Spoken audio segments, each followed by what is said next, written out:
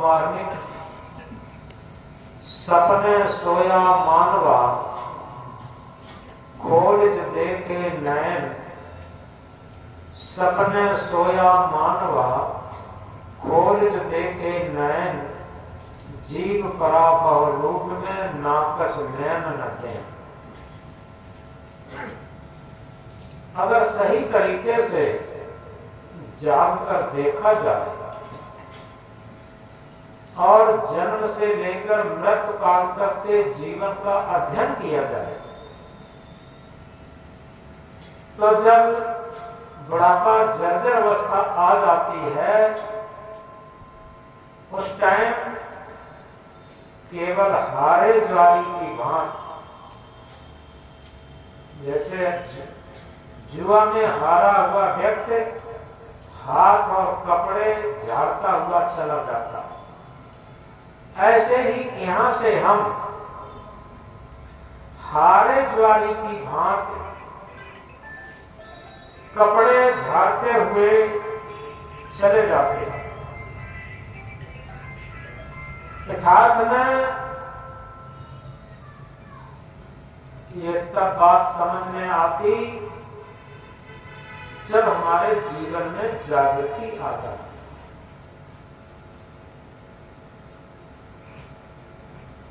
सपना यह संसार लागता आए के,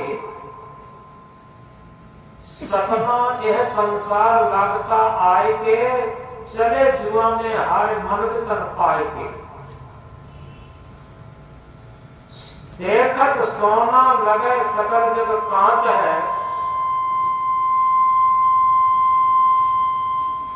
देखत सोना लगे सकल जग कांच है।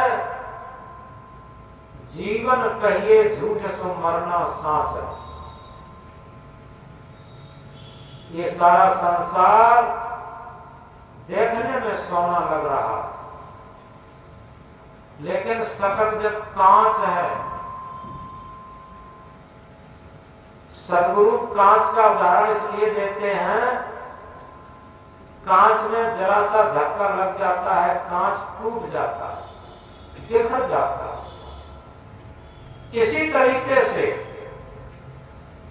जितने भी संबंधी हैं, जितने अपने को प्रेमी मानते हैं, जिनको हम प्रेमी मानते हैं, जिन पर हम ममता मोह आसक्ति करते हैं, जरा सी प्रतिकूलता आने पर, जरा सा स्वार्थ न चलने पर वो कांच की तरीके से टूट जाते हैं, बिखर जाते हैं, प्रतिकूल हो जाते हैं। बड़े बड़े रिश्ते नाते, बड़े बड़े प्रेमी नैनी, आखिर में जब परेशानी के दिन आते हैं, विपत्ति के दिन आते हैं, कठिनाई के दिन आते हैं, तब साथ छोड़ देते, पहचानते हैं। और आज तो ये मोबाइल पर भी देखते होंगे रोज, और ये मोबाइल तो केवल प्रतिछाया मात्र है। सचमुच में देखा जाता है, बड़े बूढ़े माता पिता को, जिन बच्चों को एड़ी का पसीना चोटी तक बहा करके पढ़ाना लिखाना, शादी ब्याह करना, मकान महल से सरसब्ज करना, अगर किसी को पूछो तो किसके लिए इतनी मेहनत करते, कहते बच्चों को, बच्चों के लिए। और यथार्थ बात ये है, वही बच्चे जब माता पिता की असमर्थता होती तो ऐसे छोड़ देते मानो इससे कोई संबंध ही नहीं रहा। तो इसलिए सतगुरु कबीरदेव इंकलाब करके जगाते हैं, सपने सोया मानवा, खोज देखे नैन। जीव परा बहुलूक में ना कछ लैन न के। जिस तरीके से कोई व्यक्ति सपने में सो जाता है और सपने से जब जागता है, सपने से सब जब जागता है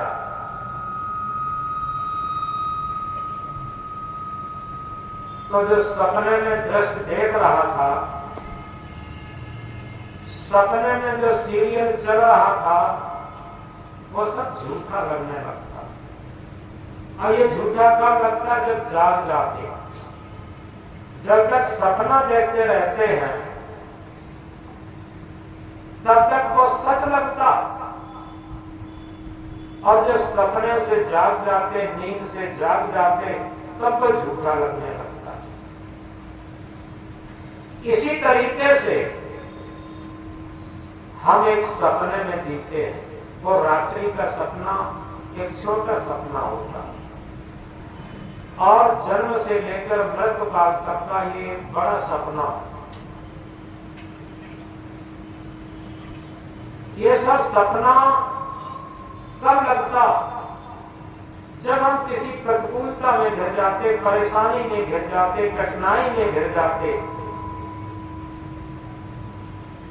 तब ये सपना लगता। जब तक इस संसार का, समाज का, परिवार का स्वार्थ चलता रहता, तब तो लगता है कि हमें प्राणों से ज्यादा प्रिय मानते। जब बुढ़ापा आ जाता है,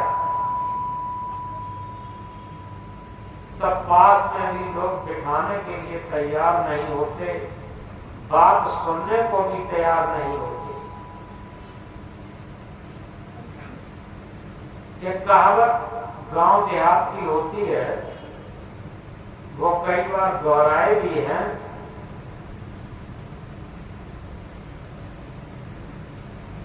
वही देहरिया, वही ससुर को गांव, बहुअर बहुअर कहावती करो डुगरिया नाम। जब शादी होकर के आती है, शादी में ही कितनी सजधज होती, और बहू जब उतारी जाती है तो जितने समूह सहायक होते, और बड़ी खुशी, घर में लक्ष्मी आई। लेकिन अगले ही दिन से वो लक्ष्मी कहां चली जाती? इधर उधर गाल फुला के सभी बैठ जाते। वही देहरिया, वही ससुर को गांव, बहुअर बहुअर कहावती करो डुगरिया नाम। आगे क्या हुआ? यही सब संसार एक सपना जैसा, ये सपना सब हो जाता। तो इसलिए छोटे से उदाहरण द्वारा हम समझेंगे। एक व्यक्ति समुद्र के किनारे थोड़ी दूरी पर समुद्र से अपनी झोपड़ी डाल के रहता था। एक दिन क्या होता है कि वो सवेरे बहुत जल्दी जगकर 3 बजे जग करके और समुद्र के किनारे जा बैठा। जब समुद्र के किनारे जा बैठा, थोड़ी देर आंख बंद किए, बंद करने के बाद जब खोला, तब क्या देखता है? उसके सामने एक छोटे छोटे अच्छे पत्थरों की एक ढेरी थी। बड़े चिकने, बड़े सुंदर, बड़े चमकीले पत्थर की एक ढेरी लगी थी। वो क्या करता है? खेल खेल में एक एक पत्थर उठाता, समुद्र में फेंकता, और अपने मन में कुछ गुनगुनाता रहता। धीरे धीरे वो पूरी ढेरी फेंक दी, एक पत्थर रह जाता है। तब तक कुछ सवेरा होता है, तो सवेरा होते ही जब उसने पत्थर को देखा तो बहुत उसमें चमक थी, विशेष चमक थी, और विशेष प्रकार का पत्थर था। तो उस व्यक्ति ने सोचा, इतना चमकीला पत्थर, ये घर लिए चले। वो अपने जेब में डाला पत्थर और घर ले गया। उसने पत्नी को दिखाया, ये पत्थर तो देखो, इसमें अजीब चमक है। पत्थर बहुत देखे, लेकिन इस पत्थर में तो बहुत अजीब चमक है। पत्नी ने रख लिया और इसके बाद भोजन किया। पत्नी ने कहा चलो चलते। इस पत्थर को लेकर के वह एक जौहरी की दुकान पर पहुंचे। उससे कहा कि भैया हमारा ये पत्थर की बटिया खरीद लो। जौहरी ने कहा कि भाई तुम्हारी ये पत्थर की बटिया 1 लाख रुपए की है, अगर तुम बताओ तो 1 लाख रुपया तुम्हें दे दें। तो वो तो आश्चर्यचकित हो गए, ये छोटी सी पत्थर की बटिया 1 लाख रुपए की। उन्हें तुरंत दे दी। 1 लाख रुपया लेकर के आए, धीरे धीरे अपना मकान बनवाया और छोटा सा एक मकान बनवा के कुछ पैसे बचे, उनसे अपनी दुकान रख ली। धीरे धीरे उनका काम अच्छा चलने लगा, बहुत अच्छी गुजर बसर होने लगी। पत्नी बहुत प्रसन्नता से रहने लगी। देखो अभी हम कहाँ गरीबी में जीते थे, अब कितनी अच्छी गुजर होने लगी। लेकिन पति दिनों दिन चिंतित होता गया। अब जैसे ही वो अकेले में होता, टेंशन में चला जाता, चिंता में हो जाता। पत्नी ने देखा बात क्या है, तो पत्नी ने पूछा आखिर ये बताओ, जब तुम गरीबी में थे, जब सही तरीके से मकान नहीं था, एक झोपड़ी में गुजर बसर करते थे और रोज रोज की रोटी भी नसीब नहीं हो पाती थी, तब तो प्रसन्न रहते थे। अब मकान भी बन गया है गुजर बसर के लिए, काम भी अच्छा चलने लगा है, कोई कमी नहीं है, तब तुम दुखी रहने लगे। तब उसने वही कहानी सुनाई। उसने कहा दरअसल में बात ये है कि हम एक दिन सवेरे सवेरे 3 बजे जाग करके गए और समुद्र के किनारे जाकर के आंख बंद करके बैठे। थोड़ी देर में आंखें खुली तो देखते क्या है, चमकीले पत्थर की ढेरी लगी थी।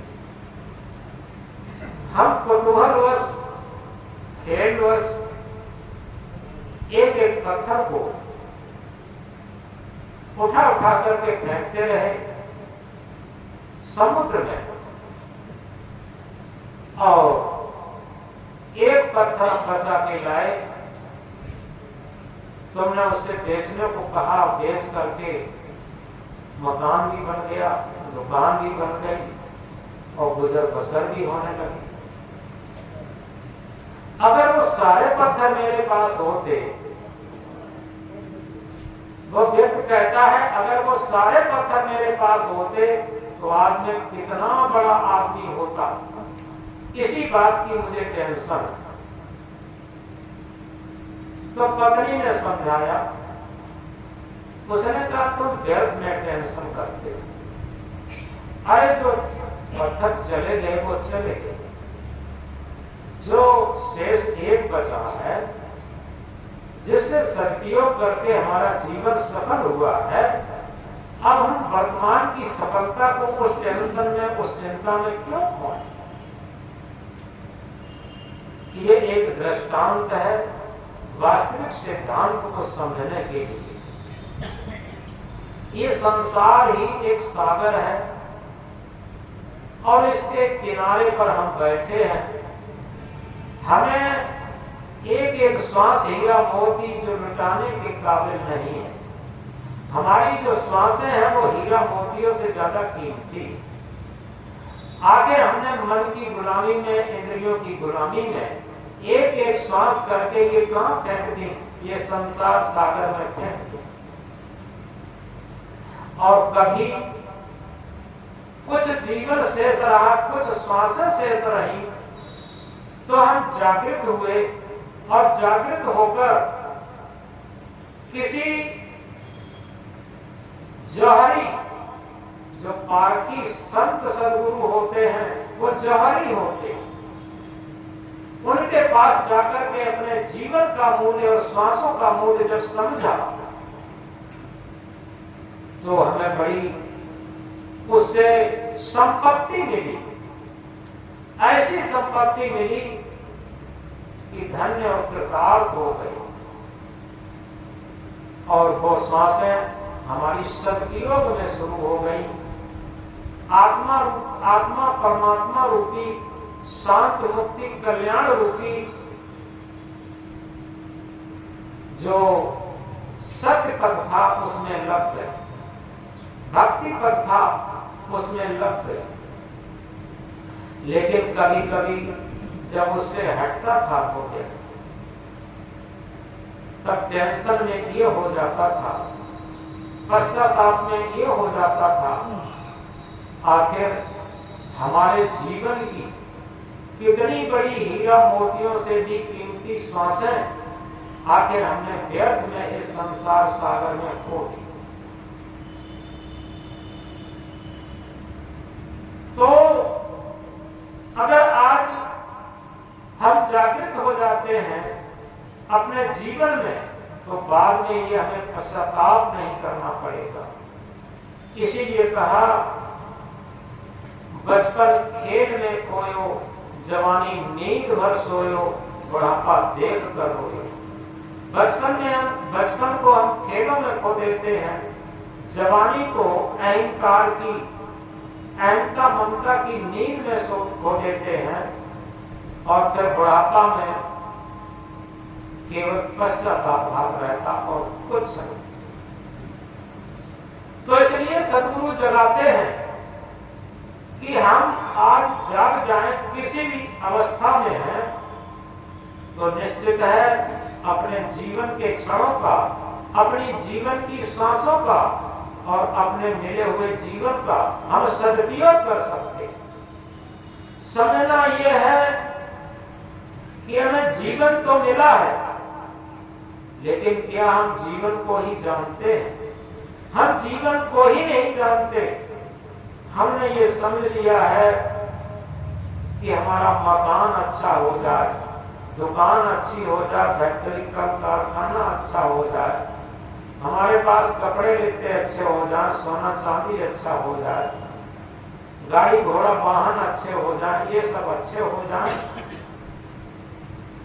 लेकिन कभी विचार करके देखा, जिन लोगों के पास मकान भी अच्छा है, दुकान भी अच्छी है, फैक्ट्री का कारखाना भी अच्छा है, सोना चांदी भी अच्छा है, धन दौलत भी अच्छा है, सारी चीजें अच्छी हैं, लेकिन एक चीज अच्छी नहीं है, क्या?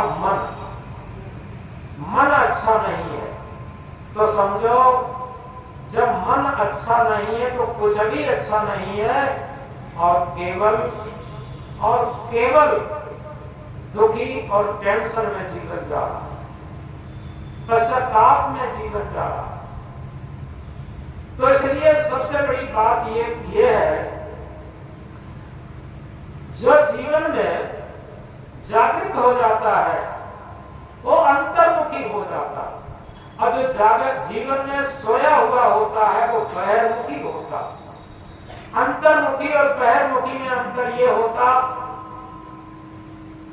उसे केवल बाहर की तृष्णा रहती, बाहर की इच्छाएं, बलवती इच्छाएं, तृष्णाएं, वासनाएं धधकती आग की ज्वाला की तरीके से उसे दग्ध करती रहती, उसके अंदर एक हविष बढ़ जाती। ये कहा है, निर्धनिक कछ धन चाहे, धनिक चाहे विशेष, विशेषहु विशेष चाहे भोवन चाहे नरेश, नरेश चाहे इंद्रपद, इंद्र चाहे रणजीत, असुर चाहे स्वर्गपद बनन, यह तृष्णा की रीत। तृष्णा है कि डाकिनी की जीवन को काल, और निस्दिन चाहे जीवन कर्त गया। ये और की चाहना, और की तृष्णा गरीब वो नहीं है जिसके पास धन दौलत कम है, गरीब वो है जिसकी और की चाह धधक रही है। तो इसलिए जितनी हमारी चाहनाएं, तृष्णाएं, वासनाएं बढ़ती चली जाएंगी, उतने ही हम बैरमुख होकर के सो रहे। और जितना ही हमारा मन अंतर्मुखी होता जाता, उतने ही हम जागृत हैं। जागृत का अर्थ होता है अपने मन की गलतियों को देखना, अपनी मन की स्थिति को समझना। बड़ी सरल भाषा में समझें, अपने मन की स्थिति को समझना ये जागृत होना है, और अपने तन की स्थिति को समझना ये सोना। तन कहते हैं संसार की स्थिति को समझना, और जब मन की स्थिति को समझा जाता है, सरल भाषा में समझें, जब हम अपने मन को भी देखना शुरू कर देते हैं, मन को भी सुंदर बनाना शुरू कर देते हैं, मन को भी निर्मल बनाना शुरू कर देते हैं, तो निश्चित है हम जागृत हो गए, हमारा जीवन जागृत हो गया। और दुनिया की सारी संपत्ति से भी जो सुख नहीं मिल सकता वो मन की निर्मलता से मिल सकता है। ये दुनिया का सबसे बड़ा धन है, सबसे बड़ी संपत्ति। जितना मन निर्मल होगा, जितना मन पवित्र होगा, उतने ही हम सुखी होंगे। ये सुख और दुख का, जितना मन मलिन होगा, गंदा होगा, उतने ही हम दुखी होंगे, और जितना ही मन निर्मल होगा, पवित्र होगा, उतने ही हम सुखी होंगे। सुख दुख का कारण धन दौलत नहीं है, सुख दुख का कारण हमारा मन है, हमारी वासनाएं हैं, क्योंकि कारण कार्य की कठोर व्यवस्था होगी। इस बात को गहराई से समझा जाए, जैसा कारण होगा वैसे कार्य होंगे, ये प्रकृति का विधान है। जैसे हमने लहसुन खा लिया है तो दुर्गंधी की प्रकार, आम संतरा खाया है तो सुगंधी की प्रकार। सदगुरु कबीर साहब ने ऐसे अपनी भाषा में कहा है, कभी कमाई आपनी निष्फल कबहू न जाए, बोया पेड़ बबूल का आम कहां देखा। अगर हमने अपने खेत में बबूल का बीज बो दिया, अब हम आशा करते मीठे मीठे टक्का खाने को मिलेंगे, आम के फल खाने को मिलेंगे, तो कहां से मिलेंगे। बात समझ में आती है, लेकिन कबीर साहब बाहर की बात समझाकर आध्यात्म बात समझाते हैं, अंदर की बात समझाते हैं। ये हमारा मन अंतःकरण एक खेत है, और इसमें हम कुसंस्कारों के बीज बो रहे हैं, खराब संस्कारों के बीज बो रहे हैं। अब हम सोचें कि हमें बड़े अच्छे अच्छे फल मिलेंगे, कहां मिलेंगे। अगर इस मन रूपी खेत में, अंतःकरण रूपी खेत में सद्गुणों के, सदाचार के, नैतिकता के, परमार्थ के संस्कार होना शुरू कर दें, तो निश्चित है ये आम संतरा के समान सुगंधी है। सद्गुणों में सुगंधी होती है, दुर्गुणों में दुर्गंधी होती है, ये स्वाभाविक है। कोई भी व्यक्ति पति चाहता है कि पत्नी ऐसी सद्गुणी मिले, उसमें कोई भी अवगुण न हो। पत्नी चाहती है कि मेरा पति इतना सद्गुणी हो, कोई भी अवगुण न हो। इसी तरीके से माता पिता चाहते हैं हमें संतान सद्गुणी मिले, सेवा भाव वाली मिले, और संतान चाहती है हमारे पिता, माता पिता बहुत सद्गुणी, बहुत सेवा भाव वाले। ये दूसरे को सब चाहते हैं, लेकिन कोई स्वयं को बदलना चाहता। इस बात को गहराई से समझे। हम चाहते हैं कि दूसरा हमें सद्गुणी मिल जाए, सदाचारी मिल जाए, सत्य बोलने वाला मिल जाए, लेकिन कभी ये विचार करके देखे कि दूसरे पर तो हमारा कोई अधिकार नहीं है। क्या हम कभी अपने को सुधारने का बीड़ा उठाते हैं, सुधारने के लिए कमर कसते हैं कि हम सद्गुणी सदाचारी बन जाएं और हम परमार्थी बन जाएं, धर्म के पथिक धार्मिक बन जाएं? ये कभी चाहते? तो इसलिए इसमें सबसे बड़ा बाधक है हमारी अहंता और ममता।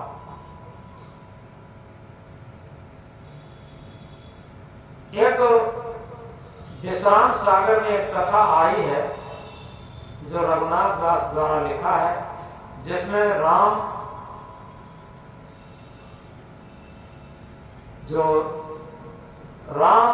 और लक्ष्मण का संवाद भी है।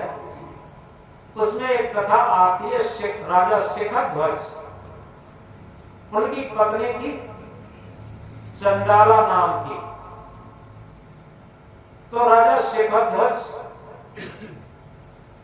बहुत भौतिक आकर्षण उसे था। पत्नी के शरीर से लेकर संसार में बहुत आकर्षित था और उनकी रानी बहुत आध्यात्म क्षेत्र की थी। उसके मायके में भी धर्मपद था, आध्यात्म क्षेत्र था, धर्म भक्ति थी। वो राजा शिखध्वज को समझाती थी कि हे पतिदेव, ये तुम्हारी भौतिक दृष्टि तुम्हें तो जलाएगी, तुम्हारे संपर्क में आने वाले लोगों को भी जलाएगी।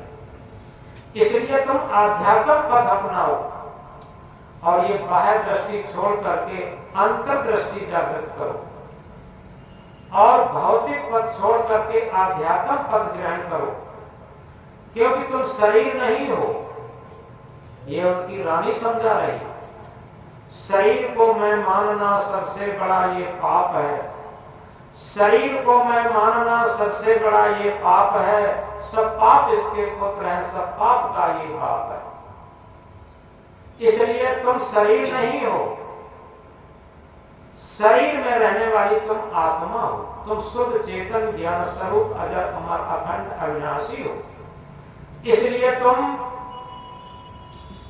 शरीर से लेकर संसार तक इसमें मत अटको, मत भटको, इसमें मन को मत खपाओ, अपना मन अपनी अंतरात्मा में रमाओ। इस तरह से समझाती रहती थी। कभी कभी एक दिन राजा के मन में आया कि मेरी पत्नी इतनी आध्यात्म पथ पर चलने वाली है, धर्म पथ पर चलने वाली है, और हम कहां शरीर से लेकर संसार में रमने वाला नारकी जीव। अब मुझे भी चाहिए कि हम आध्यात्म पथ में चलें और कुछ त्याग तपस्या भी करें। एक दिन को सनक में आकर के राजा राजगद्दी छोड़ करके वो सोचता है कि मैं रानी को दिखा दूं कि मैं भी आध्यात्म पथ का पथिक हूं। तो राजगद्दी छोड़ करके जंगल में चला गया तपस्या करने। अब जंगल में जब तपस्या करने के लिए चला गया, अब उस राजा शिखध्वज की पत्नी ने विचार किया। एक साल बाद ये कहा कि देखें राजा को शांति मिली कि नहीं मिली, आखिर ये भजन, धर्म, भक्ति, परमार्थ, पूजा पाठ ये सब किसके लिए किया जाता? इसके लिए किए जाते कि हमें शांति कैसे मिले। देखें राजा को कुछ शांति मिली कि नहीं मिली। रानी क्या करती है, एक संत का वेश बना करके, एक महान त्यागी तपस्वी संत का वेश बना करके वो जंगल में पहुंचती है राजा के पास। जब राजा के पास पहुंची तो राजा ने एक संत को आया हुआ समझ करके आदर भाव किया और ये कहा महाराज बैठिए। उनको बिठाया। रानी ने पूछा महाराज आपको तपस्या करते 1 वर्ष हो गया है, क्या आपको शांति मिली? राजा ने कहा महाराज शांति तो बिल्कुल नहीं मिली और मैं काफी तपस्या कर रहा हूं। रानी ने कहा तुम त्याग करो, अभी त्याग नहीं करते। तो राजा ने सोचा जंगल में रहने के लिए हमने झोपड़ी बनाई है, झोपड़ी में कुछ खाने पीने के लिए कंदमूल फल फ्रूट रखते हैं। तो महात्मा जी ने यही त्याग करने के लिए कहा होगा। तो रानी इतना कह के चली आई, त्याग करो।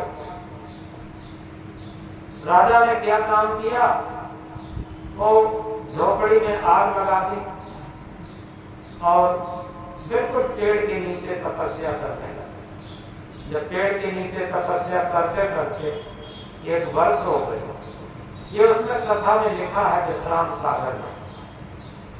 तो रानी ने फिर सोचा, देखे राजा की तपस्या में कुछ लाभ हुआ कि नहीं, नो शांति मिली कि नहीं मिली। 1 वर्ष बाद फिर रानी गई, वही त्यागी तपस्वी एक संत का वेश बना करती। राजा को नहीं पता लग पाता था कौन है। तो राजा ने प्रणाम किया।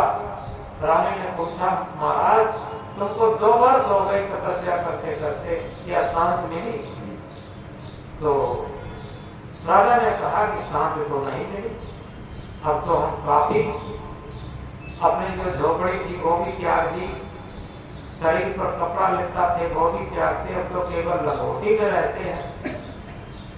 तो रानी ने इतना कहा कि अभी तुम्हारा त्याग नहीं है, तुम त्याग करो। त्याग तो करते ही नहीं, जब तक त्याग नहीं करोगे तब तक शांत नहीं। राजा की बात समझ में नहीं आई, रानी चली आई। राजा ने सोचा कि हम कुछ फल फ्रूट खा लेते हैं और कपड़े पर ये लंगोटी मात्र पहने हैं, इसको भी त्याग करने के लिए कहा। राजा ने खाना छोड़ दिया, केवल पानी के आधार पर रहने लगा और कुछ घास फूस खा लेता थोड़ी बहुत, तो सब कुछ छोड़ दिया।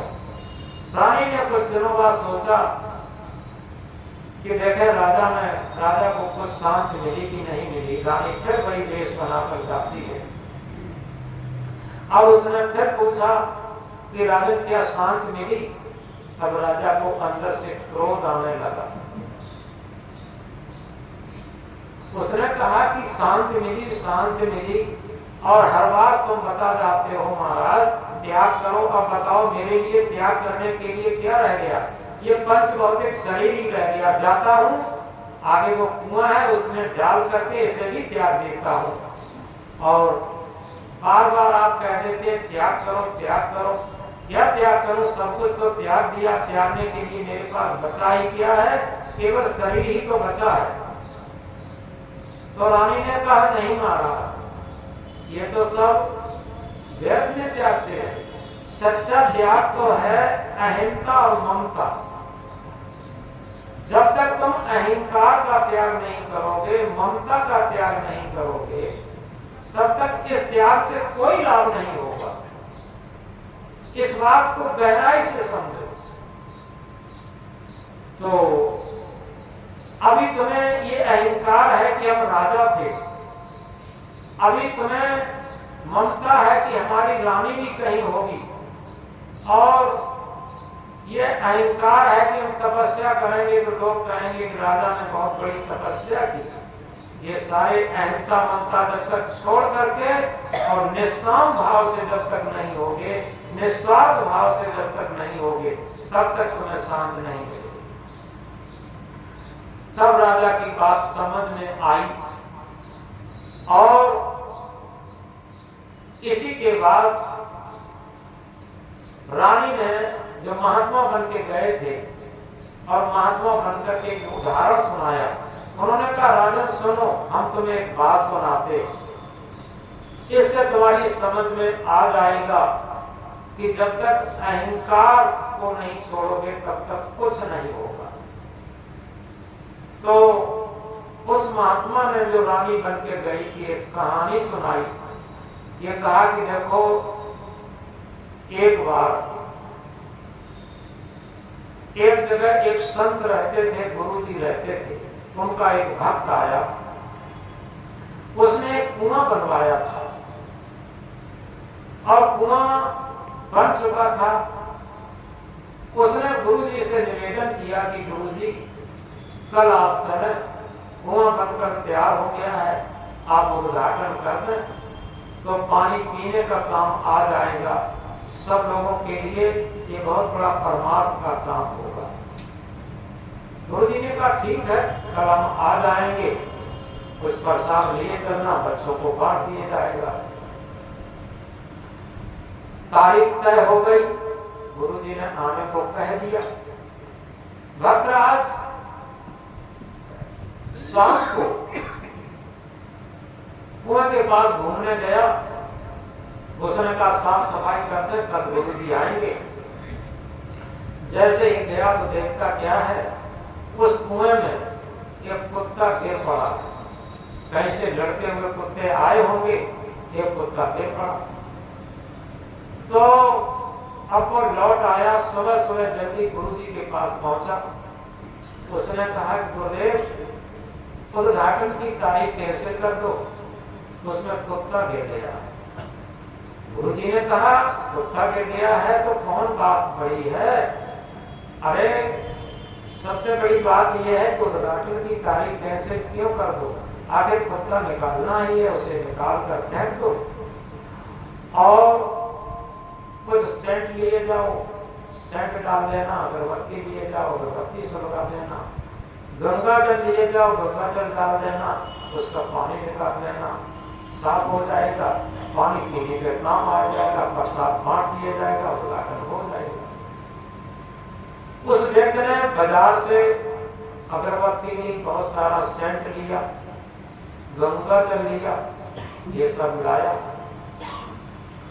और लाकर के वहां खूब अगरबत्ती चारों तरफ लगा दी, कपूर जला दिया और कुएं में सेंट डाल दिया और उद्घाटन की पूरी तैयारी कर दी। मिठाई वगैरह लगा दी। गुरुजी आए। जैसे ही गुरुजी आए तो सबसे पहले कुएं को देखने गए। कुएं की मन पर खड़े होकर जैसे ही देखा तो उसमें कुत्ता पड़ा था। गुरुजी ने कहा कि क्या कुत्ता नहीं निकाले? तो उस भक्त ने कहा कि अरे गुरुदेव ये बात तो भूल ही गए, वैसे आपकी एक एक बात याद है। हमने अगरबत्ती भी सुलगाई, कपूर भी जलाया, सेंट भी डाला, गंगाजल भी डाला, सब कुछ किया, लेकिन कुत्ता निकालना भूल गए। गुरुजी ने कहा कुत्ता निकालना भूल गए, ये तो सब कुछ भूल गए।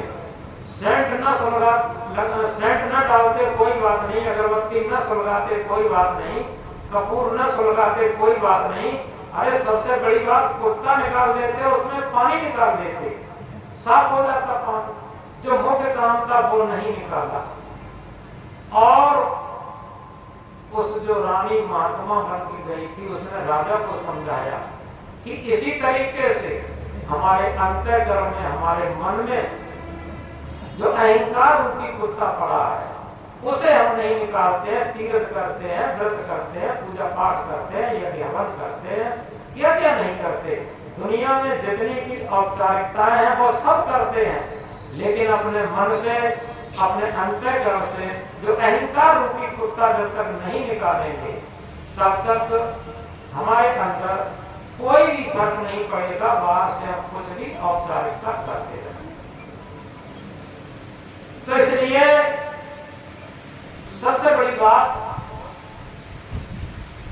जो हम कह रहे थे, बोला संतोष कबीर साहब की,